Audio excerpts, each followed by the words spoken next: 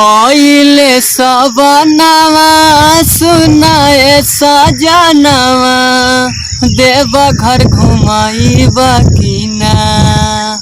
आइले सबनवा सुनाए सजनवा देव घर घुमाइबा कि ना।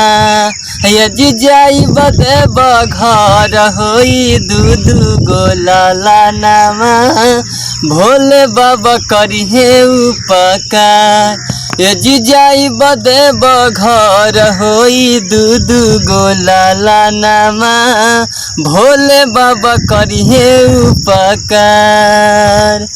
कांवर सजाई के कांधे उठाई के बोल बम बोलत चलब जलवा उठाई के जलवा उठाई के।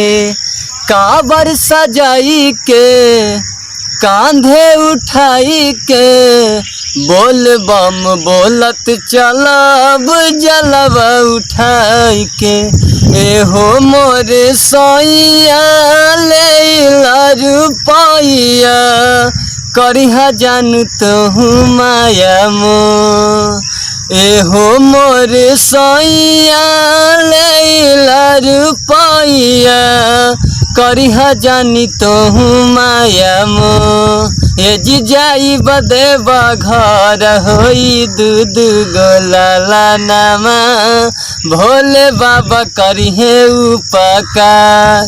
ये जी जाइब देव घर होई दूध गोला नामा भोले बाबा करिहे उपकार।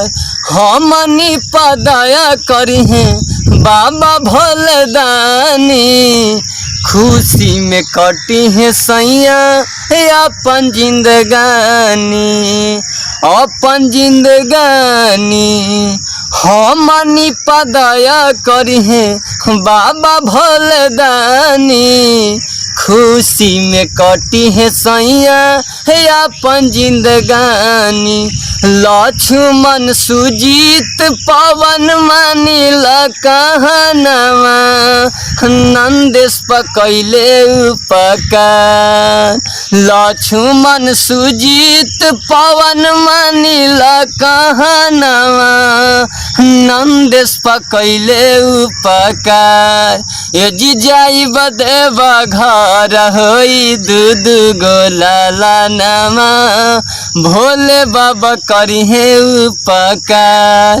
ये जी जाइब देव घर होई दूध गोला नामा भोले बाबा करिहे उपकार। आइले सबनवा सुनाए सजनवा देव घर घुमाइबा कि ना।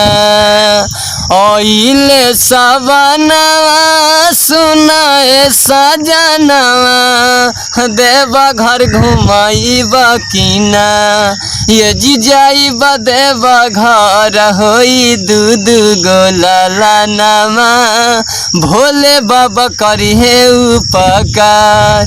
ये जी जाइब देव घर होई दूध गोला नामा भोले बाबा करिहे उपकार करिहे उपकार।